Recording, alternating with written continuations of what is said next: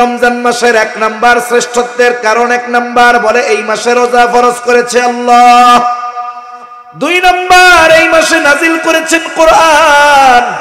তিন নাম্বার এই মাসেই আছে হাজার মাসের চাইতে উত্তম এমন এক রাত, লাইলাতুল কদর। চার নাম্বার, নবীজি সাল্লাল্লাহু আলাইহি ওয়াসাল্লাম জানায় দেন অন্যান্য মাসের চাইতে রমজান শ্রেষ্ঠ কেন। নবীজি বলেন, ইদা দাখালা রমাদান, যখন রমজান মাস চলে আসে, নবীজি বলেন ফুত্তিহাত আবওয়াবুল জান্নাহ, আল্লাহ তাআলা জান্নাতের দরজাগুলো খুলে দেয়। আর এক বর্ণনায় আসছে ফুত্তিহাত আবওয়াবুস সামা, আসমানের দরজাগুলো খুলে দেওয়া হয়। আর এক বর্ণনায় আসছে ফুত্তিহাত আবওয়াবুর রাহমাহ, আল্লাহ তাআলা রমজান মাসে রহমতের দরজাগুলো খুলে দেয়। এরপরে আসছে ফুত্তিহাত আবওয়াবুল জাহিম, আগুল্লিকাত আবওয়াবুল জাহিম, জাহান্নামের দরজাগুলোকে বন্ধ করে দেওয়া হয়। ওয়া সুলসিলাতিশ শায়াতিন, এবং শয়তানকে এই মাসে শিকলে আবদ্ধ করে ফেলা হয়। শাহরু রমাদান আল্লাযী উনজিলা ফীহিল কুরআন হুদাল লিন-নাসি ওয়া বায়িনাতিম মিনাল হুদা ওয়াল ফুরকান ফামান শাহিদা মিনকুমুশ শাহরা ফালইয়াসুম। আল্লাহ তাআলা কোরআনুল কারীমের মধ্যে জানায়া দেন রমজান মাস, এই মাসে আল্লাহ নাজিল করেছেন কোরআন। কোরআন হলো মানব জাতির জন্য হেদায়েত, সত্য মিথ্যার পার্থক্যকারী হলো এই কোরআন। এই মাসেই আল্লাহ নাজিল করেছেন। সাথে সাথে আল্লাহ তাআলা বলেন, ফামান শাহিদা মিনকুমুশ শাহরা ফালইয়াসুম, যারা এই মাস পাবে তারা যেন এই মাসে রোজা রাখে। তাহলে এই মাসের শ্রেষ্ঠত্বের একটি কারণ, এই মাসে আল্লাহ রোজা ফরজ করেছে। কি ফরজ করেছে জোরে বলেন, আরো জোরে বলেন, কি ফরজ করেছে? রোজা। কথা কি বুঝেন? কষ্ট হয় না তো? আল্লাহ রাব্বুল আলামিন এই মাসে রোজা ফরজ করেছেন। রোজা কি? বলে রোজা হলো ইসলামের অন্যতম একটি ভিত্তি। রাসূলুল্লাহ সাল্লাল্লাহু আলাইহি ওয়াসাল্লাম বলেন, বুনিয়াল ইসলামু আলা খামস, শাহাদাতি আল্লা ইলাহা ইল্লাল্লাহ ওয়া আন্না মুহাম্মাদার রাসূলুল্লাহ ওয়া ইকামিস সালাতি ওয়া ইতাইজ যাকাত ওয়াল হজ্জি ওয়া সাওমি রমাদান। রাসূলুল্লাহ সাল্লাল্লাহু আলাইহি ওয়াসাল্লাম বলেন, ইসলামের ভিত্তি হলো পাঁচটি। এক নাম্বার, এই কথার সাক্ষ্য দেওয়া আল্লাহ ইলাহা ইল্লাল্লাহ, আল্লাহ ছাড়া কোনো ইলাহা নাই। মুহাম্মাদুর রাসূলুল্লাহ সাল্লাল্লাহু আলাইহি ওয়াসাল্লামের রিসালাতের ব্যাপারে সাক্ষ্য দেওয়া আল্লাহ ছাড়া ইলাহা নাই। ও আশহাদু আন্না মুহাম্মাদার রাসূলুল্লাহ, আমি আরো সাক্ষ্য দিচ্ছি যে মুহাম্মদ সাল্লাল্লাহু আলাইহি ওয়াসাল্লাম আল্লাহ তাআলার রাসূল। দুই নাম্বার, ওয়া ইকামিস সালাহ, নামাজ কায়েম করা। তিন নাম্বার, ওয়া ইতাইজ যাকাহ, যার উপরে যাকাত ফরজ হয়েছে যাকাত প্রদান করা। ওয়াল হজ, যার উপরে হজ ফরজ হয়েছে হজ করা। ওয়া সাওমি রমাদান, রমজান মাসে রোজা রাখা। এখন এই রমজান মাসে রোজা রাখবে কে? যে সুস্থ প্রাপ্তবয়স্ক বা বয়স্কা, সাথে সাথে যে মুসাফির নয়, মুকিম, যার বয়স হয়ে গেছে, যিনি অসুস্থ নয় এবং যিনি মুসাফির নয়, এই ধরনের মানুষ যারা, তারা রোজা রাখবে। এখন রোজা রাখার জন্য কয় বছর বয়স হওয়া লাগবে? আমাদের দেশে তো বলে 18 বছরের আগে নাকি সব শিশু। ছেলে মেয়ে বালেগ হয় কত বছরে? আমাদের দেশের সরকারি হিসাব বলে 18 বছর পর্যন্ত শিশু। এক্ষেত্রে এই হিসাবকে সামনে রাখা যাবে না, বরং দেখতে হবে ইসলাম কি বলেছে, ঠিক কিনা? রাসূলুল্লাহ সাল্লাল্লাহু আলাইহি ওয়াসাল্লাম জানায় দেন, আহাদুল বুলুগ, বালেগ হওয়ার সর্বশেষ সময় সীমা হলো চন্দ্র মাসের 15 মাস, চন্দ্র মাসের 15 বছর, মানে চন্দ্র বছর হিসাবে, চন্দ্র তারিখ হিসাবে 15 বছর। এই হিসাবে ইংরেজি তারিখে হয় 14 বছর 7 মাস। এর আগেও হতে পারে, 12 বছরে হতে পারে, 11 বছরে হতে পারে, 13 বছরে হতে পারে, 14 বছরেও হতে পারে। কিন্তু 14 বছর 7 মাস অতিবাহিত হয়ে যাবার পর কোনো ছেলে অথবা মেয়েকে নাবালক শিশু বলার সুযোগ নাই। এজন্য অনেক মানুষ আছে, ছেলের বয়স 14-15, মেয়ের বয়স 15 বছর, তোরা এখনো পোলা পাইন, তোকে রোজা রাখা লাগবো না, বলে না এরকম? লেখাপড়া ডিস্টার্ব হইব, পরীক্ষা আছে রে, কষ্ট করে স্কুলে যাইতে হবো, তো রোজা রাখার দরকার নাই রে, কয় না এরকম? কত মায়া সন্তানের জন্য। এই বালেগ বা বালেগা ছেলে বা মেয়েটা যদি রোজা না রাখে, জাহান্নামের শাস্তি আছে না নাই? মনে করেন আপনার ছেলে রাত 3টা পর্যন্ত লেখাপড়া করে ঘুমাইছে, ঘুমের থেকে উঠবে 9টায়, ফজরের নামাজ তো নাই। এখন যদি সকাল 6টার সময় বাড়িতে আগুন লাগে, কি করবেন? আপনি কি বলবেন নাকি যে ছেলে তো 9টার আগে ঘুম থেকে ওঠে না, আগুন লেগে পুইড়া ঘর ছাই হয়ে যাক, কিন্তু পোলারে ডাক দেওয়া যাবে না, এমন করবেন? প্রয়োজনে নিজে পুড়ে হলেও আগুন থেকে আপনি বাচ্চাটারে বাঁচানোর চেষ্টা করবেন। আবার দেখেন আপনার সন্তান প্রাপ্তবয়স্ক হয়ে গেছে, নামাজ পড়ে না, রোজা রাখে না। নামাজ রোজা যদি না করে তার জাহান্নামের আগুনে পোড়া লাগবে। কিন্তু আপনি আপনার প্রাপ্তবয়স্ক সন্তানকে রোজা রাখান না, নামাজ পড়ান না, কেন? বলে কষ্ট হয়ে যাবে। ঘুম থেকে ডাক দেয় না কেন? বলে ফজরের নামাজের জন্য ডাক দেয় না কেন? 3টায় ঘুমাইছে, কষ্ট হয়ে যাবে আমার ছেলেটার। কেমন যেন এটা মোহাব্বত নয়, কেমন যেন নিজের হাতে নিজের সন্তানকে জাহান্নামের আগুনে দিয়ে দেওয়া। আপনি আজকে এটারে মোহাব্বত বলতেছেন, কিয়ামতের দিন ও যখন আল্লাহ না করুক যদি জাহান্নামী হয়, ও আপনার ব্যাপারে আল্লাহর কাছে অভিযোগ দায়ের করবে। ও বলবে, রব্বানা ইন্না আতা'না সাদাতানা ওয়া কুবারানা ফাআযাল্লুনা আস-সাবিলা। বলবে, ও রব, ইন্না আতা'না সাদাতানা ওয়া কুবারানা, আমরা আমাদের বড়দের অনুসরণ করেছি, নেতাদের অনুসরণ করেছি, আমাদের অভিভাবকদের অনুসরণ করেছি। ফাআযাল্লুনা আস-সাবিলা, তারাই আমাদেরকে পথভ্রষ্ট করেছে, তাদের কারণে আজকে আমরা জাহান্নামী হয়েছি। আল্লাহ তাআলার কাছে তারা বলবে, রব্বানা আতিহিম যিফাইনি মিনাল আযাবি ওয়ালআনহুম লা'নান কাবীরা। যেই সন্তানকে রোজা রাখতে দেন নাই, স্বাস্থ্য নষ্ট হয়ে যাবে এটা চিন্তা করে, যেই মেয়েকে রোজা রাখতে দেন নাই, স্বাস্থ্য নষ্ট হয়ে যাবে এই চিন্তা করে, যেই ছেলেকে নামাজের জন্য ডাকেন নাই, তার কষ্ট হবে এই জন্য, ওই সন্তান আল্লাহ না করুক যদি জাহান্নামী হয়, কিয়ামতের দিন আল্লাহর কাছে ওই অভিভাবকের ব্যাপারে অভিযোগ দায়ের করবে, বলবো ওনার কারণে জাহান্নামী হয়েছে।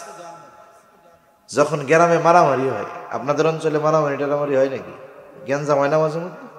2টা দল থাকে না? গ্রামের মধ্যেও আছে, 2 দল মারামারি লাগে, 2 দলের লিডার ঢাকা বসে আরাম করে, কিন্তু পাবলিকে দিক দিয়ে মাথা ফাটায় ফেলে, মানুষ মেরে ফেলে। এখন গ্রামের মারামারির মধ্যে যেই দলের লোক মরে, এই দলের পাল্লা ভারী হয়ে যায়। কেন? বিপক্ষের 14 গোষ্ঠী ধরে মামলা দিয়ে দিল। এখন মারামারি যে লাগছে, এক পক্ষের লোক আর এক পক্ষের লোকরে মেরে ফেলছে। যেই পক্ষ মারছে ওই পক্ষের লিডার মারামারি যে লাগছে সে জানেও না, কিন্তু বিপক্ষ দল যখন মামলা দিবে, 1 নম্বর আসামি কে বলতো? কেডা কয় না? লিডার, এত জানেও না, অথচ ঢাকা বৈশা রয়েছে, সে জানেই না গ্যাঞ্জাম লাগছে, কিন্তু মামলায় 1 নম্বরে তার নাম। কেন? বলে উনি হলো ওই দলের অভিভাবক, এজন্যই উনি 1 নম্বর আসামি। এজন্য উনি কয় নম্বর আসামি? 1 নম্বর আসামি। কিয়ামতের দিনও আমার আপনার অধীনস্থরা জাহান্নামী হওয়ার কারণে অভিযোগ দায়ের করবে আমাদের বিপক্ষে। আবার দেখেন, 1 নম্বর আসামি উনি, শাস্তি যদি হয় 1 নম্বরে ওনার হবে। অনুরূপভাবে অভিভাবকের ব্যাপারে যদি অধীনস্থরা আল্লাহর কাছে অভিযোগ দায়ের করে যে আমি তো নামাজি না, ও তো সাক্ষী দিবে যে আমি তো মারছিলাম, আমার লিডার কইছে এর লাইগা, বলবে না এরকম? ও দোষ দিবে অভিভাবকের। অভিভাবক অপরাধ না করেও 1 নম্বর অপরাধী। এজন্য মনে রাখতে হবে, অধীনস্থদের কারণে অভিভাবক কিয়ামতের দিন ধরা পড়ে যাবে। এই যে মোহাব্বত, নামাজ পড়লে রোজা রাখলে কষ্ট হবে, এই মোহাব্বত নয়। এই মোহাব্বত হলো নিজের পায়ে নিজে কুড়াল মারা, ঠিক কিনা বলেন? সন্তানটাও জাহান্নামে যাবে, এই মায়া যে দেখাবে তার জন্য জাহান্নামে যাওয়া লাগতে পারে। এজন্য প্রাপ্তবয়স্ক ছেলে হোক আর মেয়ে হোক, আমরা তাদেরকে রোজা রাখাবো ইনশাআল্লাহ, নিজেরাও রাখবো। তাহলে রমজান মাস 1 নম্বরে শ্রেষ্ঠ মাস হওয়ার কারণ হলো এই মাসে আল্লাহ রোজা ফরজ করেছেন, যা ইসলামের অন্যতম একটি ভিত্তি। 2 নম্বর, এই মাস শ্রেষ্ঠ হওয়ার কারণ বলে এই মাসে আল্লাহ তাআলা কোরআনুল কারীম নাজিল করেছে। আল্লাহ তাআলা বলেন, শাহরু রমাদানাল্লাযী উনজিলা ফীহিল কুরআন হুদাল লিন-নাসি ওয়া বাইয়িনাতিম মিনাল হুদা ওয়াল ফুরকান। আল্লাহ তাআলা বলেন, শাহরু রমাদান, রমজান মাস, আল্লাযী উনজিলা ফীহিল কুরআন, যেই মাসে আল্লাহ নাজিল করেছেন কোরআন। এই কোরআন হুদাল লিন-নাস, মানুষের জন্য হেদায়েত, ওয়া বাইয়িনাতিম মিনাল হুদা ওয়াল ফুরকান, এই কোরআন হলো সত্য মিথ্যার মধ্যে পার্থক্যকারী, এজন্য কোরআন হলো ফুরকান। তাহলে আল্লাহ তাআলা এই মাসে নাজিল করেছেন কোরআন। 3 নম্বর কারণ, এই মাসেই আছে লাইলাতুল কদর, যেটা 1000 মাসের চাইতে উত্তম। আল্লাহ তাআলা বলেন, ইন্না আনজালনাহু ফি লাইলাতিল কদর ওয়া মা আদরাকা মা লাইলাতুল কদর লাইলাতুল কদরি খায়রুম মিন আলফি শাহর। আল্লাহ তাআলা বলেন, আমি ইন্না আনজালনাহু ফি লাইলাতিল কদর, আমি কদরের রজনীতে নাজিল করেছি এই কোরআন। ইন্না আনজালনাহু ইন্না আনজালনাল কুরআনা ফি লাইলাতিল কদর, আমি কদরের রজনীতে কোরআন নাজিল করেছি। ওয়া মা আদরাকা মা লাইলাতুল কদর, আপনি কি জানেন লাইলাতুল কদর কি? আল্লাহ তাআলা লাইলাতুল কদরের পরিচয় দিয়ে বলেন, লাইলাতুল কদরি খায়রুম মিন আলফি শাহর, বলে ওই রজনীটা হলো এমন এক রাত, বলে ওই রাতের মর্যাদা 1000 মাসের চাইতেও বেশি, 1000 রাতের চাইতেও উত্তম এই একটা রজনী। এটা আছে কোন মাসে? জোরে কোন। খিদা লাগছে আপনাদের? তাকবীর দেন, নারায়ে তাকবীর, আরো জোরে নারায়ে তাকবীর। তাহলে এই লাইলাতুল কদর কোন মাসে আছে? রমজান মাস। লাইলাতুল কদরে মানে এই রাতে আল্লাহ কি নাজিল করছে? কোরআন। তাহলে রমজান মাসের 1 নাম্বার শ্রেষ্ঠত্বের কারণ, 1 নাম্বার বলে এই মাসে রোজা ফরজ করেছে আল্লাহ। 2 নাম্বার, এই মাসে নাজিল করেছেন কোরআন। 3 নাম্বার, এই মাসেই আছে 1000 মাসের চাইতে উত্তম এমন এক রাত, লাইলাতুল কদর। 4 নাম্বার, নবীজি সাল্লাল্লাহু আলাইহি ওয়াসাল্লাম জানায় দেন অন্যান্য মাসের চাইতে রমজান শ্রেষ্ঠ কেন।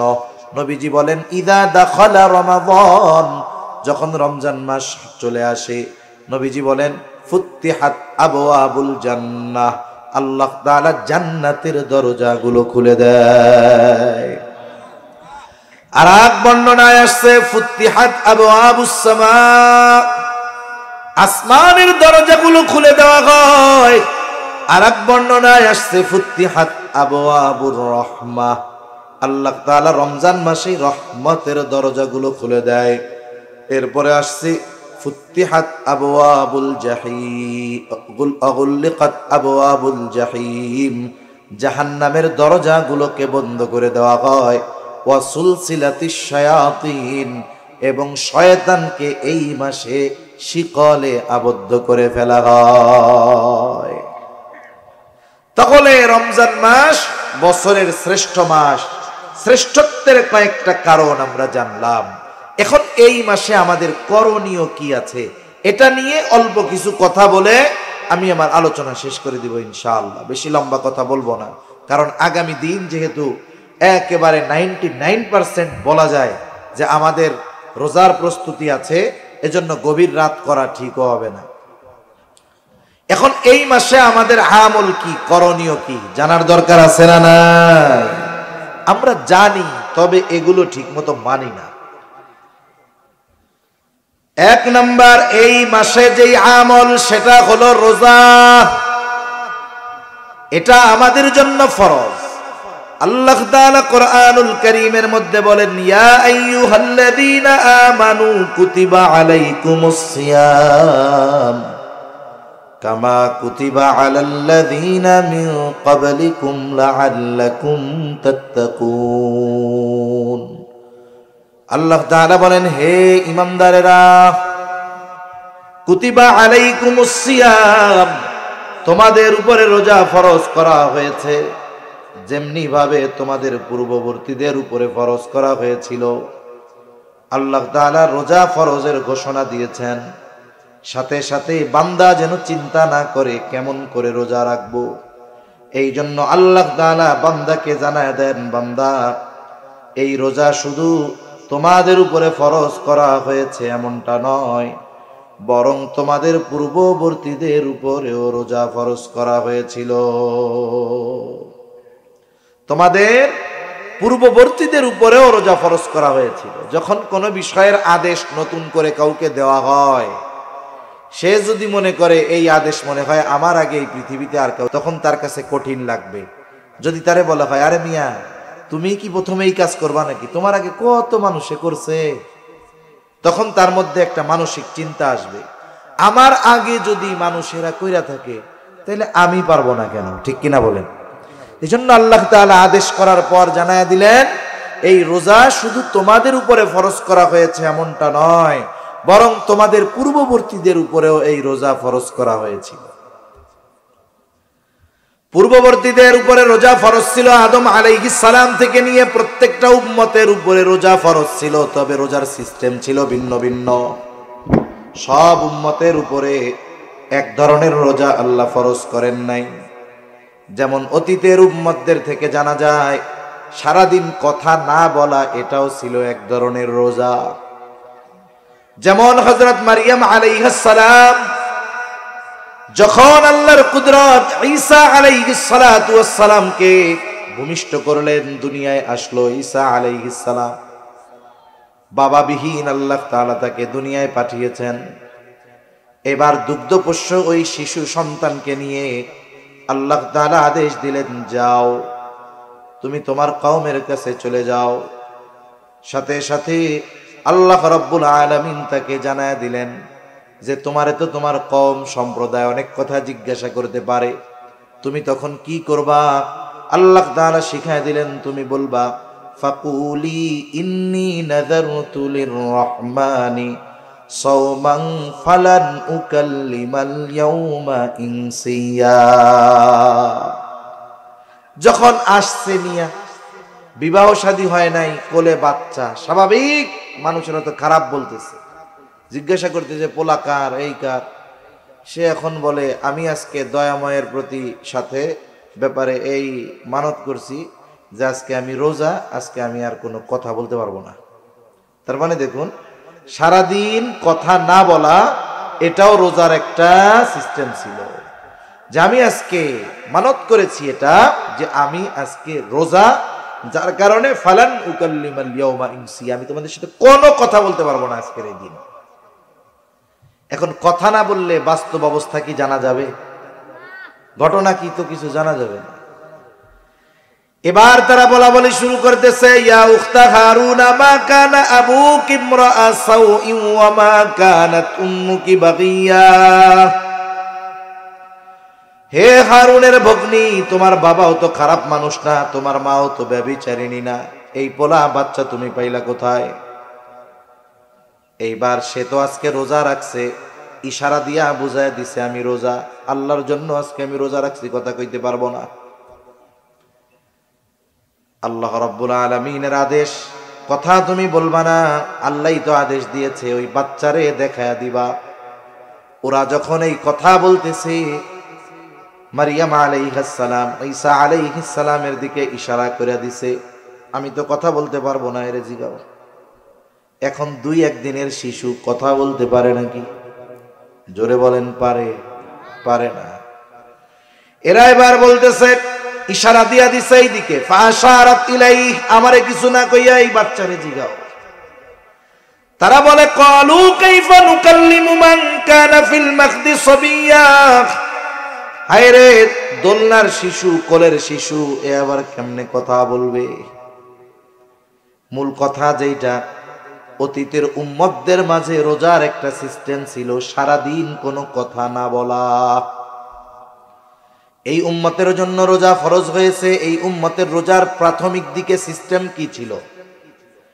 প্রথম দিকে আমাদের উম্মতের উপরে, এই উম্মতের উপরে রোজার সিস্টেম ছিল, সূর্যাস্ত যাওয়ার পরে ইফতার করত। বলে ইফতার করার পর যতক্ষণ না ঘুম যাবে ততক্ষণ খানা দানা সব চলবে, কিন্তু যদি ঘুমায় যায়, ঘুম থেকে উঠে আর কিছু খাওয়ার সুযোগ নাই। কেউ যদি ইফতার করে আবার ঘুমায়া যাইতো, তাহলে তাকে আর পরের দিন সূর্যাস্তের পরে গিয়ে খাওয়া দাওয়া করা লাগতো। এটা ছিল প্রথম দিকের সিস্টেম। ইফতার করে রাতে নামাজ পড়ে খাওয়া দাওয়া করে এই যে ঘুমাইতো, ঘুম থেকে উঠে আর খাওয়ার কোনো সুযোগ ছিল না। 2টা ঘটনাকে কেন্দ্র করে আল্লাহ তাআলা আমাদের জন্য রোজাকে আরো ফরজ করে দিছে। এক সাহাবী, সে দিন আনতো দিন খাইতো, প্রতিদিন তার পরিশ্রম করা লাগতো খাওয়ার জন্য। একদিন ইফতারের সময় সে হালকা কিছু ইফতার করছে, খেজুর দিয়ে একটু পানি দিয়ে, সারাদিন অভুক্ত, খিদা লাগছে। স্ত্রীরে বলছে, তুমি এক কাজ করো, খাবার কিছু আছে কিনা একটু দাও। তা ওনার স্ত্রী বলছে, ঠিক আছে, আপনি অপেক্ষা করেন, আমি আসতেছি। এখন খাবার আনতে আনতে ওই লোক ঘুমায় গেছে। ঘুমায় যখন গেছে, বলেন তো, ঘুম যেহেতু গেছে, ঘুম থেকে উঠে আর কিছু খাইতে পারবে? এখন সে রোজা, রাত হোক তাতে কি, তার মানে আগে রাইতেও রোজা ছিল, দিনেও তো ছিল। এরপরে লোকটা রোজা রাখছে, পরের দিন দুপুরবেলা কাজ করতে গিয়ে ক্ষুধার তীব্রতায়, দুর্বলতায় অজ্ঞান হয়ে গেছে। এটা হলো একটা ঘটনা। হযরত ওমর রাদিয়াল্লাহু তাআলা আনহু, উনি ইফতার করার পরে, নামাজ কালাম পড়ার পরে ঘুমায় পড়ছেন। পরবর্তীতে ওনার স্ত্রীর সাথে মেলামেশা হয়ে গেছে রাতে। এই 2 ঘটনা নবীজি সাল্লাল্লাহু আলাইহি ওয়াসাল্লামের কাছে জানানো হলো। এই 2 সাহাবীর ঘটনাকে কেন্দ্র করে আল্লাহ তাআলা উম্মতে মুহাম্মাদের জন্য রোজাকে ফরজ করে দিলেন। একেবারে সুবহে সাদিক পর্যন্ত পানাহার স্বাভাবিক সময়ের মতো করে দেওয়া হলো। সূর্যাস্ত থেকে নিয়ে সুবহে সাদিক পর্যন্ত খাওয়া দাওয়া সব কিছু চালু থাকবে। আর সুবহে সাদিক থেকে নিয়ে সূর্যাস্ত পর্যন্ত পানাহার থেকে বিরত থাকবে, স্ত্রীর কাছে যাওয়া থেকে বিরত থাকবে। উম্মতে মুহাম্মাদির জন্য এরপর থেকে রোজাকে সহজ করে দেওয়া হলো, যেই ধারাবাহিকতায় এখন আমরা রোজা রেখে থাকি। তাহলে আমাদের এই উম্মতের উপরেও প্রাথমিক দিকে রোজাটা একটু কঠিন ছিল, পরে আল্লাহ তাআলা আয়াত নাজিল করে, ওহী নাজিল করে উম্মতে মুহাম্মাদির জন্য রোজাকেও সহজ করে দিয়েছে। এই রোজা আমরা সবাই রাখবো তো ইনশাআল্লাহ। শোনেন, যারা বালেগ হয় নাই এদেরও রাখায় অভ্যস্ত করব। যদি পারে রাখবে, যদি দেখা যায় অসুস্থ হয়ে যাচ্ছে, পারতেছে না, খেয়ে নেবে, কোনো অসুবিধা নেই। কিন্তু ছোট বাচ্চা এখন থেকে অভ্যস্ত হোক, তাহলে কি হবে? পরবর্তীতে তার জন্য রোজা রাখাটা আশা করা যায় কঠিন হবে না, ইনশাআল্লাহ সহজ হয়ে যাবে। এখন এই কষ্ট করে যে আমরা রোজা রাখবো, এই রোজার প্রতিদান কত বেশি, অনেক হাদিস বলা যাবে। আমি অল্প কয়েকটা হাদিস আপনাদের সাথে একটু আলোচনা করব। এখন এক নাম্বার বিষয় হলো, রোজা রেখে যদি আমরা হাদিসের ঘোষণা অনুযায়ী প্রতিদানগুলো আল্লাহর কাছে পেতে চাই, তাহলে শুধু সারাদিন না খেয়ে থাকলে হবে না, সারাদিন গুনাহ থেকেও বাঁচতে হবে। এজন্য রাসূলুল্লাহ সাল্লাল্লাহু আলাইহি ওয়াসাল্লাম বলেন, কিছু মানুষের রোজা হলো না খেয়ে থাকার নামান্তর। আবার নবীজি সাল্লাল্লাহু আলাইহি ওয়াসাল্লাম বলেন, যে রোজা রাখলো কিন্তু অশ্লীল ফাহেশা মন্দ গুনার কাজ ছাড়লো না, নবীজি বলেন তার না খেয়ে থাকায় আল্লাহ তাআলার কোনো কিছু আসে যায় না। তার মানে কোন ব্যক্তি যদি রোজা রেখে গুনাহ করে, চোখের গুনাহ, হাতের গুনাহ, জবানের গুনাহ, পায়ের গুনাহ, এই গুনাহ যদি করে তাহলে তার রোজাটা কি হয়? শুধু ফরজ আদায় হয়। ওই রোজার দ্বারা যে প্রতিদানের কথা আসছে হাদিসে, এগুলো কিছুই সে পাবে না। রোজার প্রতিদান পাওয়ার জন্য রোজা হতে হবে গুনাহমুক্ত। গুনাহযুক্ত রোজা যদি হয় তাহলে ওই রোজা কেমন যেন 133 পেয়ে পাশ করার মতো। 133 পেয়ে যে পাশ করবে, সে এই পাশের কথা মানুষের সামনে বলতেও লজ্জা পাবে, ঠিক কিনা বলেন? কতজন তারে টিটকারি করে বলবে, এক কম পাইতা তাহলে আরো ভালো হইতো, আগামী বছর পরীক্ষা দিয়ে আর একটু ভালো রেজাল্ট করতে পারতাম, এখন তো সেই সুযোগও নাই, পাইছো মাত্র 33। এরকম টিটকারি করবে মানুষ তাকে।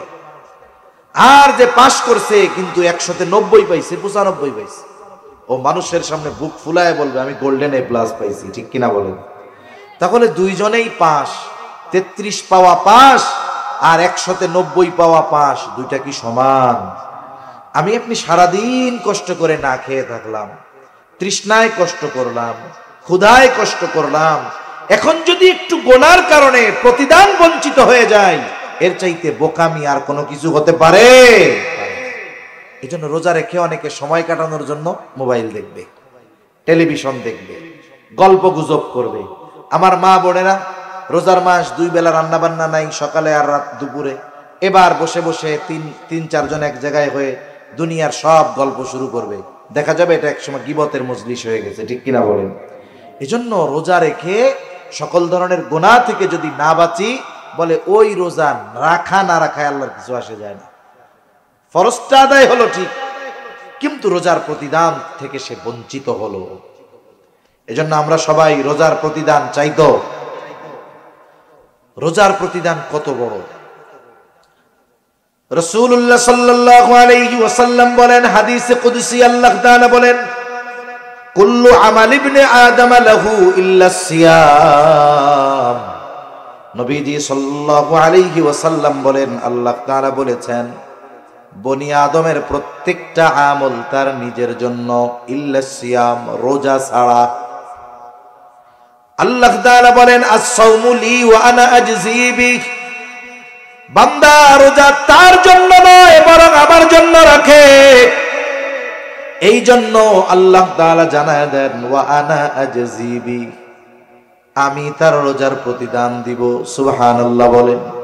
তার মানে রোজাদার যদি গুনাহ মুক্ত রোজা রাখতে পারে, তাহলে তার রোজার প্রতিদান স্বয়ং যিনি দিবেন তিনি কে? কোন কোন মুহাদ্দিস বলেন যে রোজার প্রতিদান হলো স্বয়ং আল্লাহ নিজে, স্বয়ং আল্লাহ নিজে। এক রাজার 4 বউ, কয় বউ? জোরে কন না, কয় বউ? এনে কেউ আসেননি 4 বউ? না, এই জায়গা নাই, পাওয়া যাবে না। এখন দেখেন 4 বউ একজন। এখন ওই রাজা তার 4 বউরেই বলছে, আজকে আমার রাজ্যের ধন ভান্ডার তোমাদের জন্য ওপেন, খুলে দিলাম, যার যা মন চায়, যত মন চায় নাও। এইবার একজন যাইয়া স্বর্ণের গোডাউন ধরছে, আর একজন যাইয়া হীরার গোডাউন ধরছে, আর একজন গিয়ে মণিমুক্তার গোডাউন ধরছে, আর একজন রাজার পাশে দাঁড়ায় রয়েছে, এরকম, এটা নড়েও না চড়েও না। কিরে, ওরা সবাই তো সব লয়ে গেল, তুমি যাও না কেন? বলে, আমার কিছু লাগবে না, আমার আপনারে লাগবে। কারে লাগবে? জোরে কন। আমার কিছু লাগবে না, আমার আপনারে লাগবে। কেন? ইমাম গাজ্জালী রাহমাতুল্লাহি আলাইহি কিমিয়ায়ে সাআদাত কিতাবের মধ্যে বলেন, মান লাহুল মাওলা ফালাহুল কুল। হায়রে বলে, যার মাওলা যার, বলে সব কিছুই তো তার। বলে রাজা আমার কিছু লাগবে না, আমার আপনাকে লাগবে। আপনাকে যদি আমি পেয়ে যাই সব কিছুই আমার হয়ে যাবে। কেমন যেন রোজাদার, প্রকৃত রোজাদার আল্লাহকে পেয়ে যাবে, যে তার রোজার বিনিময় হবে রব। সে আল্লাহর কাছে যা মন চায় তা চাইতে পারবে, আল্লাহ তাআলা তাকে তাই দিবে। সুবহানাল্লাহ। এই জন্য বলেন রোজার প্রতিদান স্বয়ং আল্লাহ নিজে। সুবহানাল্লাহ। আবার আল্লাহ রাব্বুল আলামিনের নবী জানায় দেন, যারা দুনিয়ায় আল্লাহর জন্য পিপাসিত থাকবে, তৃষ্ণায় বুকের ছাতি ফেটে যায়, তাও পানি আছে ঘরে, ফ্রিজে, জগে, কলে, সব জায়গায় পানি আছে, কেউ দেখে না। শুধুমাত্র চিন্তা করে পানি পান করলে কেউ না দেখলেও কে দেখবে? জোরে বলেন। এই চিন্তায় আল্লাহর জন্য যারা পিপাসায় কষ্ট করে তৃষ্ণার্ত থাকে, নবীজি জানায়া দেন আল্লাহ তাআলা ওই মানুষগুলাকে কিয়ামতের দিন নিজে পানি পান করাবে। দুনিয়ার গরমের তৃষ্ণায় কষ্ট বেশি না আখিরাতে কষ্ট বেশি হবে? ওই দিন আল্লাহ তাআলা যারা দুনিয়ায় আল্লাহর জন্য তৃষ্ণায় কষ্ট করেছে, আল্লাহ তাআলা ওই দিন তাদেরকে স্বয়ং নিজে পানি পান করাবে। আবার রোজাদার আল্লাহ তাআলার কাছে কত প্রিয়। রাসূল আকরাম সাল্লাল্লাহু আলাইহি ওয়াসাল্লাম বলেন, লা খুলুফু ফামিস সাইমি আতয়াবু ইনদাল্লাহি তাআলা মির রিহিল মিস্ক। রোজাদার রোজা রাখার কারণে পাকস্থলীতে দীর্ঘ সময় পানি যায় না, খাবার যায় না, যার কারণে পাকস্থলী শুকনা হয়ে যায়। এই কারণে একটা গন্ধ আসে মুখ দিয়া। নবীজি সাল্লাল্লাহু আলাইহি ওয়াসাল্লাম বলেন, রোজাদারের রোজা রাখার কারণে তার মুখে যেই গন্ধ হয়, আল্লাহ তাআলার কাছে রোজাদারের এই মুখের গন্ধটা মেশক আম্বরের চাইতে বেশি প্রিয়। রোজাদারের প্রতি আল্লাহর ভালোবাসা এটার দ্বারা বোঝা যায় যে তার পাকস্থলী খালি, গন্ধ হয় মুখ দিয়ে। মানুষ যদি মানুষের সাথে কথা বলে, যদি গন্ধ আসে দূরে সরে যায়। কিন্তু রোজাদার রোজা রাখার কারণে যেই গন্ধ হয়, এটা আল্লাহর কাছে অপ্রিয় নয়। এর দ্বারা রোজাদার আল্লাহর কাছে কত প্রিয় এটা মোটামুটি অনুধাবন করা যায়। এখন যদি ওই মুখ দিয়ে আমি আপনি গীবত করি, গীবত বুঝেন? একজনের অনুপস্থিতিতে তার দোষ ত্রুটি চর্চা করা, আলোচনা করা, মজা নেওয়ার জন্য, তার সংশোধনের জন্য নয়, শুধুমাত্র মজা নেওয়ার জন্য, তাকে হেয় করার জন্য। যেই দোষটা তার মধ্যে আছে তার অনুপস্থিতিতে যদি আলোচনা করা হয় মজা নেওয়ার জন্য, তাহলে এটা হলো গীবত। গীবত এটা মৃত ভাইয়ের গোশত খাওয়ার চাইতেও জঘন্য। নাউজুবিল্লাহ বলে। এজন্য আমাদের সমাজে গীবত এটা হয়ে গেছে ঘি ভাতের মতো। কি ভাতের মতো? ঘি ভাতের মতো। মসজিদের মধ্যেও গীবত আছে না নাই? মসজিদের মধ্যে আল্লাহর ঘরে যাইয়াও গীবত করে। যে কোনো মজলিসে দুই চারজন এক জায়গায় বসলে আর একজনের নামে গীবত শুরু হয়ে যায়। অথচ আল্লাহ রাব্বুল আলামিন বলেন, ওয়ালা ইয়াগতাব বা'দুকুম বা'দা আইয়ুহিব্বু আহাদুকুম আন ইয়াকুলা লাহমা আখিহি মাইতান ফাকারিহতুমুহ। আল্লাহ তাআলা বলেন, তোমরা পরস্পরের গীবত করো না। আইয়ুহিব্বু আহাদুকুম, তোমাদের মধ্যে কেউ কি এটা পছন্দ করো? আন ইয়াকুলা লাহমা আখিহি মাইতা, মৃত ভাইয়ের গোশত খাওয়া তোমাদের মধ্যে কেউ কি পছন্দ করো? আল্লাহ বলেন, ফাকারিহতুমুহ, মৃত ভাইয়ের গোশত খাওয়া তোমরা অপছন্দ করো। অথচ গীবত করার মাধ্যমে কেমন যেন সে মৃত ভাইয়ের গোশত খায়। এজন্য গীবত যদি করি, গুনাহ চর্চা যদি করি, তাহলে তো গাল দিয়া ওই গন্ধ না, বাইরবে পচা গোশতের গন্ধ। ঠিক কিনা বলেন? রোজাদারদের স্পেশালিটি কি? রোজাদারদের সম্মান কত আখিরাতে, কিয়ামতে? নবীজি সাল্লাল্লাহু আলাইহি ওয়াসাল্লাম বলেন, ইন্না ফিল জান্নাতি বাবান ইউকালু লাহুর রায়্যান। নবীজি সাল্লাল্লাহু আলাইহি ওয়াসাল্লাম বলেন, জান্নাতের একটা দরজা আছে, সেই দরজার নাম হলো রায়্যান। ওই দরজা দিয়ে কিয়ামতের দিন রোজাদারেরা প্রবেশ করবে। রোজাদার ব্যতীত অন্য কেউ ওই দরজা দিয়ে প্রবেশ করতে পারবে না। এটা রোজাদারদের জন্য আলাদা এক সম্মাননা, সম্মান। ফেরেশতারা আহ্বান করবে, ফাআইনা সাইমুন, কোথায় রোজাদারেরা, কোথায়? এবার রোজাদারেরা আসবে, ঢুকবে, এরপরে বন্ধ করে দেওয়া হবে। রোজাদারেরা ঢোকা শেষ, আর একটা ব্যক্তিকেও এই দরজা দিয়ে ঢুকতে দেওয়া হবে না। এই যে রোজা রাখতেছি, এটা জাহান্নাম থেকে বাঁচার ঢাল হচ্ছে। শত্রুর অস্ত্রের আঘাত থেকে যেমন ঢালের মাধ্যমে, তীর বর্ষা তলোয়ারের আঘাত থেকে মানুষ নিজেরা রক্ষা করে যুদ্ধের ময়দানে, অনুরূপ ভাবে রোজা হবে তার জাহান্নামের আগুন থেকে বাঁচার ঢাল। as-sawmu junnatun, রোজা হলো ঢাল স্বরূপ। কিন্তু নবীজি জানায় দেন, গুনার মাধ্যমে, পাপের মাধ্যমে এই ঢালকে আমরা নষ্ট করে ফেলতেছি। এজন্য গুনাহমুক্ত রোজা হবে আমাদের, বলেন ইনশাআল্লাহ। আল্লাহ তৌফিক দান করেন।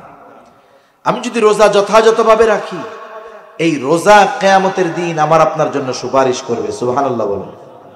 হাদিসের মধ্যে আসছে, নবীজি সাল্লাল্লাহু আলাইহি ওয়াসাল্লাম বলেন, আস-সিয়াম ওয়াল কুরআন ইয়াশফাআন লিল আবদি ইয়াওমাল কিয়ামাহ। সিয়াম এবং কোরআন কিয়ামতের দিন বান্দার জন্য আল্লাহর কাছে সুপারিশ করবে। সিয়াম বলবে, আয় রব, ইন্নী মানাতুহু আত-তাআমা ওয়াশ-শাহাওয়াতি বিন-নাহার ফাশাফি'নি ফীহি। আয় আল্লাহ, আমি তাকে দিনের বেলা পানাহার থেকে, স্ত্রীর কাছে যাওয়া থেকে বিরত রেখেছি, তার ব্যাপারে আপনি আমার সুপারিশ কবুল করেন। আবার কোরআন আল্লাহর কাছে বলবে, আয় রব, ইন্নী মানাতুহুন নাওমা বিল-লাইল, আমি তারে রাতে ঘুমানো থেকে বাধা প্রদান করেছি, ঘুমাইতে দেই নাই।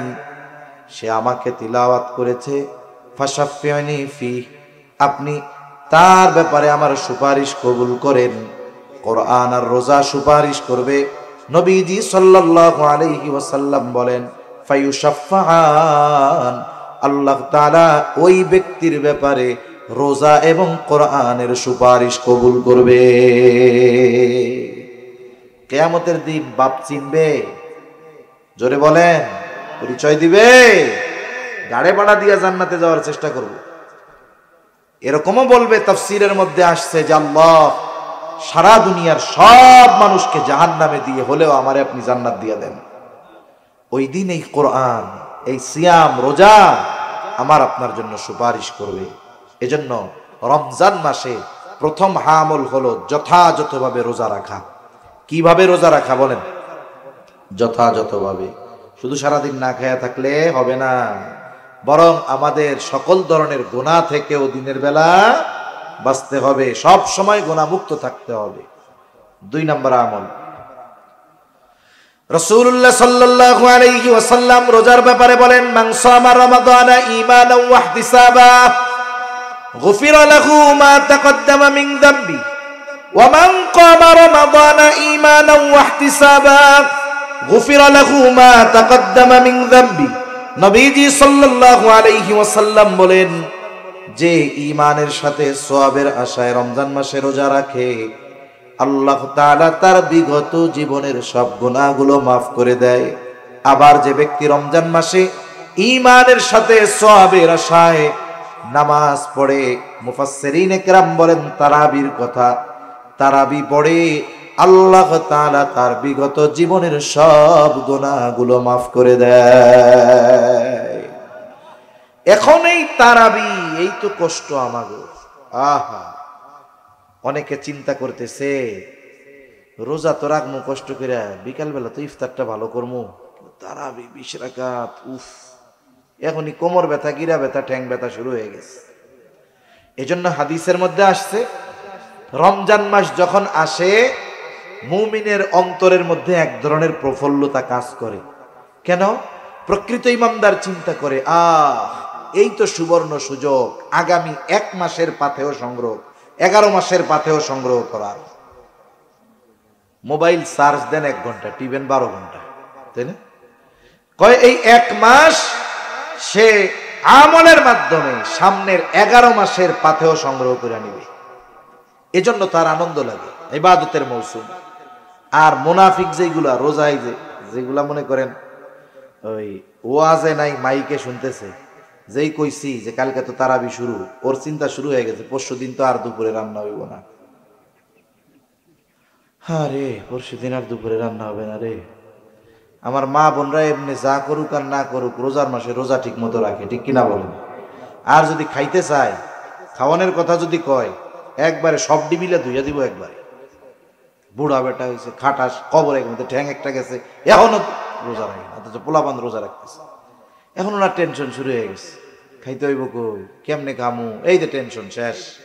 ওই তারাস বাজারে দেয় সুন্দর মতো পদ্মা আছে, খাস পদ্মা, ওর মধ্যে যায় খেয়ে টেয়া বাইরে বের করে আছে না নাই কোন।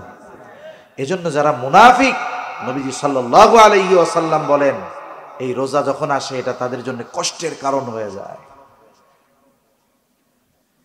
এখন এই যে রোজার মাস, তারাবি পড়তে হবে, আমাদের অনেকের চিন্তা শুরু হয়ে গেছে খতম তারাবি কেমনে পড়বো। আবার যদি খতম তারাবি পড়ে হাফেজ সাহেব, তাইলে অন্য মসজিদে কয় মিনিটে হয় হিসাব করে, 8টায় শুরু করছে তারাবি, ও গো 8:30 শেষ, আমাকে 3 মিনিট বেশি লাগছে, 8:33। হাফেজ সাহেব এসে, হাফেজ সাহেব আমরা কিন্তু বাইরে যেতেছি, আমাকে 25 মিনিটে শেষ করা লাগবে। আছে না নাই কোন? আপনারা কে কইছে খতম তারাবি পড়তে? আপনি সূরা তারাবি পড়েন বাড়ি গিয়ে আস্তে আস্তে। হাফেজ সাহেব কোরআন তিলাওয়াত করবে, কয় মিনিট বেশি লাগে শুদ্ধভাবে পড়লে? হাফেজ সাহেব সুন্দর মতো 1.5 পারা যখন প্রথম 6 দিন পড়বে, প্রতি পারায় সে যদি 30 মিনিট সময় নেয় তিলাওয়াতের জন্য, রুকু সেজদা এগুলা তো আর কমানোর সুযোগ নাই, নাকি সেজদা 2টার জায়গায় একটা দিলে হয়ে যাবে? মাশাআল্লাহ হবে, 2টাই তো দিবে। কমপক্ষে রুকুর মধ্যে সুবহান রাব্বিয়াল আযীম 3 বার তো বলবে নাকি, সুবহান রাব্বিয়াল আলা কমপক্ষে তো 3 বার বলবে নাকি। এইগুলা তো আর কমানোর সুযোগ নাই। তিলাওয়াত কতটুকু দ্রুত পড়া লাগে? 1 পারা হাফেজ সাহেবরে যদি 1.5 মিনিট করে প্রতি পৃষ্ঠায় সময় দেওয়া হয়, তাহলে সে মোটামুটি দ্রুততার সাথে শুদ্ধভাবে পড়তে পারবে। আর যদি সে প্রতি মিনিটে 1 পৃষ্ঠা পড়তে চায়, পড়তে পারবে, কিন্তু পরিপূর্ণ শুদ্ধ আর স্পষ্টভাবে হবে। এখন দেখুন, সে যদি 20 মিনিটে পড়ে, আর যদি 10টা মিনিট সময় আমরা বেশি দেই, তাহলে তিলাওয়াত সুন্দর হবে। কোরআন তিলাওয়াত করলে শুধু সওয়াব হয় তা না, কিছু তিলাওয়াতকারী তিলাওয়াত যখন করে কোরআন তারে লানত দেয়। বলে আল্লাহ কারে পড়াইছেন আমারে পড়ার লেগে? রেইলি হাফেজ আছে, শুরু করো মুসল্লি কিচ্ছু বুঝলো না, কোনো লাভ হইছে? কমপক্ষে তো শব্দগুলো স্পষ্ট উচ্চারণ হতে হবে। যারা শুনতেছে তাদের শব্দগুলো মুখস্থ নাই, তবে শব্দটা বুঝতে তো হবে। এতটুকু ভাবে যদি কোরআন পড়ে 10 মিনিট সময় বেশি লাগে। কয় মিনিট? এখন 20 রাকাতে 10 মিনিট একবারে লাগে না 20 বারে লাগে? তার মানে প্রতি রাকাতে কয় মিনিট বেশি হয়? 30 সেকেন্ড। কয় সেকেন্ড? আধা মিনিট। আরে ভাই, এই আধা মিনিট সময় প্রতি রাকাতে বেশি দাঁড়াইতে আপনার আমার ঠ্যাং ব্যথা হয়ে যায়। আহা, এটা বড় দুঃখের ব্যাপার। এজন্য আমরা মানসিকভাবে প্রস্তুতি নিব, কোরআন শোনার জন্যই তারাবি পড়ব।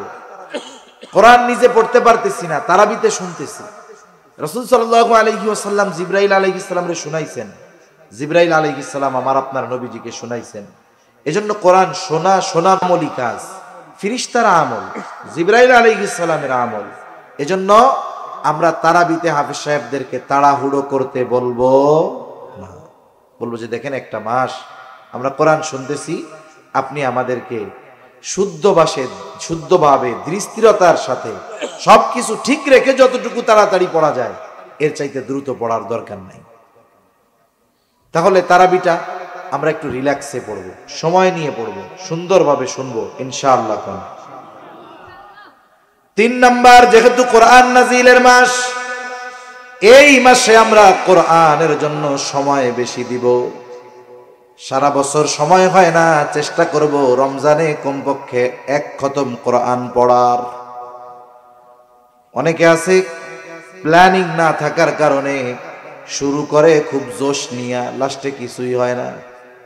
প্রথম দিন 4 পারা, পরের দিন 3 পারা, এর পরের দিন হুইত্যা পড়ছে, আর পড়ে না। আর গিয়া সবে কদরের দিন ধরছে, একটু 27 রমজান, মাস শেষে হয়েছে মাত্র 10 পারা, শেষ করতে পারেনি। ওইটা বাদ দিয়ে প্রত্যেক দিন কম কম হোক, কিন্তু ধারাবাহিকভাবে হোক। হাফেজ সাহেব ডেলি 1.5 পারা পড়বে, যারা কোরআন শরীফ পড়তে পারেন প্রত্যেক নামাজে প্রথম 6 দিন পড়বেন, প্রতি নামাজে 6 পৃষ্ঠা করে। কয় পৃষ্ঠা করে? 6 পৃষ্ঠা। ফজরের নামাজে গেছেন, যদি সুন্নাত পড়ে সময় হয় আপনি পড়ে ফেললেন 2 পৃষ্ঠা। ফরজের পরে বাড়ি চলে না আইসা 4 পৃষ্ঠা পড়ে আসলেন। জোহরে গেলেন, লম্বা সময়, একটায় আজান 1:30টায় নামাজ, 4 রাকাত পড়া 20 মিনিট সময়, আপনি পড়ে ফেলতে পারলেন 6 পৃষ্ঠা। এইভাবে 6 দিন যদি পড়া হয়, প্রত্যেক দিন 5 পৃষ্ঠা করে পড়লে দৈনিক হয় 30 পৃষ্ঠা। হাফেজি কোরআন শরীফের 1.5 পারা। হাফেজ সাহেব প্রথম 6 দিন 1.5 পারা করে পড়বে, এরপরে আপনি 7 দিনের থেকে 1 পারা করে পড়েন। প্রতি ওয়াক্তে 4 পৃষ্ঠা। কয় পৃষ্ঠা? তাহলে 5 ওয়াক্তে 4 পাশা কত হয়? 20 হয়ে গেল 1 পারা। দেখা গেল সুন্দরভাবে ধীর স্থিরতার সাথে আপনার মসজিদের তারাবি হাফেজ সাহেবের জবানে 1 খতম শোনা হলো, নিজেও 1 খতম পড়া হয়ে গেল। এজন্য আমলগুলো কম হোক, এটা ধারাবাহিক যদি হয়, এটা আল্লাহ তাআলার কাছে বেশি প্রিয়। এভাবে আমরা কোরআন পড়ব। যারা কোরআন পড়তে পারি না, হাফেজ সাহেব থাকবে, ইমাম সাহেব থাকবে, তাদের কাছ থেকে আমরা একটু কোরআন শেখার চেষ্টা করব। অনেকে আছে অনেক দিন নামাজ পড়ে কিন্তু সূরাগুলা সহি শুদ্ধ নাই। আপনি কোরআন শরীফের সূরাগুলো সহি শুদ্ধ করবেন, সূরা ফাতিহাটা ঠিক করবেন, সূরা নাস, ফালাক, ইখলাস, কুল হুয়াল্লাহ যত সূরা আছে কমপক্ষে শেষের 10টা একবারে শুদ্ধভাবে শিখে নিলেন। অনেক মুসল্লি আছে 30 বছর নামাজ পড়ে, সূরা ফাতিহার প্রথম আয়াতের অর্থ জিজ্ঞেস করলে কইতে পারবে না। অনেক মুসল্লি আছে, মারিফুল কোরআন আছে মসজিদে, একটু খুইলা অনুবাদটা দেখেন যে আল্লাহ কি বলছে, আলহামদুলিল্লাহি রাব্বিল আলামিন কি কইছে আল্লাহ এর মধ্যে, এগুলো একটু পড়েন, একটু ব্যাখ্যা পড়েন, দেখবেন এরপরে ইমামের পেছনে সূরা শুনতেন তিলাওয়াত ফাতিহা, আগে যেমন লাগতো, আপনি যখন অর্থ বুঝবেন, একটু ব্যাখ্যা জানা থাকবে, দেখবেন তখন আরো পড়তে শুনতে দুইটাই ভালো লাগতেছে। এজন্য কোরআনের সাথে একটু থাকা যাবে না ইনশাআল্লাহ। কত সওয়াব হবে কোরআন পড়লে জানেন? এক একটা অক্ষর পড়লে 10টা কইরা নেকি হয়। সুবহানাল্লাহ বলেন। রমজান মাসে সওয়াবের উপর এমনি সময় আল্লাহ 10 থেকে 700 গুণ বাড়ায়। রমজানে এটারে গুণ দিবেন আরো কমপক্ষে 70 দিয়া, কমপক্ষে 70 দিয়া। প্রথম কত? 10 থেকে 700 তো আল্লাহ এমনি টাইমে দেয়, আর রমজানে কমপক্ষে ওইগুলার সাথে গুণ হবে কত? 70। তাহলে একটা অক্ষর পড়লে কত সওয়াব? কোরআন শরীফ পড়া সওয়াব কামানো যায় সবচাইতে বেশি। এজন্য রাসূলুল্লাহ সাল্লাল্লাহু আলাইহি ওয়াসাল্লাম বলেন, মান ক্বারাআ হারফাম মিন কিতাবিল্লাহি ফালাহু হাসানাহ ওয়াল হাসানাতু বিআশরি আমসালিহা লা আকুলু আলিফ লাম মিম হারফুন বাল আলিফুন হারফুন ওয়া লামুন হারফুন ওয়া মিমুন হারফুন। নবীজি বলেন, মান ক্বারাআ হারফাম মিন কিতাবিল্লাহ, যে আল্লাহর কিতাব থেকে একটা অক্ষর তিলাওয়াত করে, ফালাহু হাসানাহ, তার জন্য একটি হাসানা, আর ওয়াল হাসানাতু বিআশরি আমসালিহা, এক হাসানাই হলো 10 নেকি। নবীজি বলেন, আমি এটা বলি না আলিফ লাম মিম 1 হরফ, বরং আলিফ 1 হরফ, লাম 1 হরফ, মিম 1 হরফ। তাহলে আলিফ লাম মিম যে পড়লো, 3 অক্ষর পড়লো, কম পক্ষে আল্লাহ সুবহানাহু ওয়া তাআলা তাকে 10টা কইরা নেকি দিবে। কমপক্ষে যদি এমনি সময় 10 হয়, রোজার মাসে গুণ দেন 10 গুণ 70, 70 10 কত? কত হয়? 700। রোজার মাসে শুধু আলিফ পড়লে কমপক্ষে কত সওয়াব? 700। এরপরে তো আরো বাড়তে পারে, এরপরে বাড়তে পারে, এটা নিম্ন সওয়াব। আবার কোন কোন মুফাসসির বলেন, আলিফ যে পড়বে, পড়লো আলিফ, কিন্তু আলিফ লেখলেও তো 3টা হরফ লাগছে, আলিফ লাম ফা। আপনারা আমি যদি বলি আলিফ লেখেন বানান কইরা, তাহলে আপনি এরকম লিখবেন না, তো আলিফ লাম ফা লিখবেন, তাই না? আলিফ এর মধ্যে তো 3টা হরফ আছে। এখন এইভাবে যদি ভাঙানো হয়, দেখা যায় একটা অক্ষর পড়লে হাজার হাজার নেকি হয়ে যায়। সুবহানাল্লাহ। এখন কইতে পারেন, হুজুর আমি তো পড়তে পারি না, জিহ্বায় বাদে, কষ্ট হয়, তোতলাই আছে না, এরকম কষ্ট হয়। আয়েশা সিদ্দিকা রাদিয়াল্লাহু তাআলা আনহা বলেন, আল মাহিরু বিল কুরআন মাআল কিরামিল বারারাতিস সাফারা। আয়েশা সিদ্দিকা রাদিয়াল্লাহু তাআলা আনহা বলেন, সম্মানিত ফেরেশতাদের সাথে থাকবে যারা কোরআন তিলাওয়াতে মাহের। আর যারা মাহের না, দক্ষ না, তিলাওয়াত করতে গেলে জবানে বাঁধে, জবানের মধ্যে বাঁধে, কষ্ট হয়, নবীজি জানায়া দেন তার জন্য হলো দুইটা পুরস্কার। বলে একটা হলো ওই যে পড়তেছে সম্মানের পুরস্কার, আর একটা হলো তার পড়তে গিয়ে কষ্ট হচ্ছে, এই কষ্টের পুরস্কার। তাহলে হিসাবে যে দক্ষ তার চাইতে যার পড়তে কষ্ট হয় এর প্রতিদান আরো বেশি। এজন্য রোজার মাস আমরা কোরআনের সাথে কাটানোর চেষ্টা করব তো ইনশাআল্লাহ। তাহলে 1 নাম্বার আমল রোজা রাখবো, 2 নাম্বার তারাবির নামাজ পড়বো, সাথে সাথে চেষ্টা করব যে সাহারির সময় যখন উঠি একটু আগে উঠে 2-4-6 রাকাত তাহাজ্জুদ পড়ে আল্লাহর কাছে একটু রোনাজারি করার, আল্লাহর কাছে চাওয়ার, এবং কোরআনের সাথে আমরা এই মাসে বেশি বেশি সম্পৃক্ত হব। কোরআন শিখবো, পড়বো, শুনবো, অন্যকে শোনাবো, বলেন ইনশাআল্লাহ। এরপরে এই মাসে দ্বীনি কাজে বেশি সহযোগিতা করব। রাসূল সাল্লাল্লাহু আলাইহি ওয়াসাল্লাম ছিলেন আজওয়াদান নাস, সবচাইতে বড় দানশীল। রোজার মাস আসলে ওনার দানশীলতার পরিমাণ আরো বেড়ে যেত। একেবারে বাতাসের ন্যায় তিনি দুহাত প্রসার করে দান করতেন, মানুষদেরকে দিতেন। নবীকে আমরা গরিব বলি, অনেকে বলে গরিব নবী, না, নবীজি গরিব ছিলেন না, গরিবী হালতকে নবীজি গ্রহণ করেছেন। নবীজির কাছে অনেক সম্পদ আসতো নবীজির জন্য, নবীজি এগুলো মানুষকে দিয়ে দিতেন।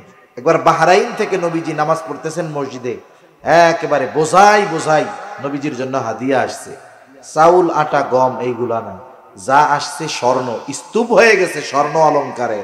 নবীজি সাল্লাল্লাহু আলাইহি ওয়াসাল্লাম দুহাত ভরে ভরে এক একজনকে দিয়ে দিচ্ছেন যে নাও, এটা তোমার বাড়ি অলিরে পড়াইও, এটা নাও, তুমি নিয়ে যাও, তোমার খরচ চালাইও।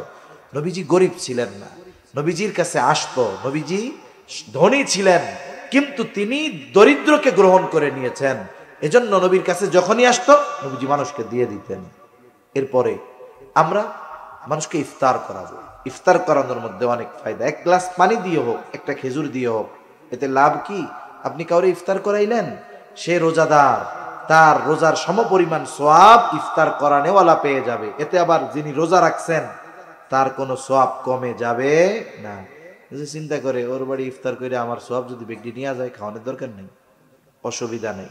যে রোজা রাখবে তারটাও কমবে না, বরং ইফতার যিনি করাবেন তিনি ওই পরিমাণ সওয়াব পেয়ে যাবেন। এই বিষয়গুলো আমরা খেয়াল রাখবো তো ইনশাআল্লাহ। আমাদের ঘরের মানুষের জন্য কাজ হালকা করে দিব। যদি কারো বাড়িতে কাজের লোক থাকে, আমরা তার কাজটাকে হালকা করে দেব রোজাকে কেন্দ্র করে। এইভাবে আমরা চেষ্টা করব আমাদের রমজান মাস অতিবাহিত করার।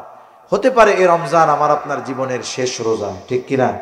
হতে পারে কি পারে না? পারে। এজন্য রমজান মাস পেয়ে যে গুনাহ মাফ করাতে পারলো না, প্রসিদ্ধ এক হাদিস, নবীজি মেম্বারে উঠতেছিলেন, এক সিঁড়িতে উঠছেন আমিন, দ্বিতীয় সিঁড়িতে আমিন, তৃতীয় সিঁড়িতে আমিন। সাহাবায়ে কেরাম জিজ্ঞাসা করে, ইয়া রাসূলুল্লাহ সাল্লাল্লাহু আলাইহি ওয়াসাল্লাম, আপনি আমিন বললেন 3 বার, কিন্তু কি জন্য বললেন বুঝলাম না।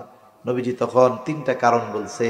এর মধ্যে একটি কারণ হলো, যেই ব্যক্তি রমজান মাস পেল কিন্তু তার গুনাহ মাফ করাতে পারলো না, সে ধ্বংস হয়ে যাক। দোয়া করছে রুহুল আমিন, আর আমিন বলছে রহমাতুল লিল আলামিন। এই দোয়া কবুল হইছে, কোনো সন্দেহ আছে? কোনো সন্দেহ নাই। সেই রমজান আমাদের একেবারে নিকটবর্তী। এজন্য মা বোনদেরকেও বলবো, যারা আছেন শুনতেছেন, সবাইকে অনুরোধ করব, আর গাফলতির কোনো সুযোগ নাই। সর্বোচ্চ প্রস্তুতি নিয়ে আমরা আগামী রজনী হতে পারে রমজান মাস শুরু হয়ে যাবে। এই মাসটা যেন হেলায় খেলায় গোনায় আমাদের কেটে না যায়। এ মাসটা যেন ইবাদতময় হয়, এ মাসটা যেন কোরআনময় হয়, এ মাসে যেন মসজিদের সাথে আমার আপনার সম্পৃক্ততা বেশি থাকে। এই চেষ্টা আমরা করব তো ইনশাআল্লাহ। আল্লাহ তাআলা তৌফিক দান করেন। জবান খুলে বলি আমিন।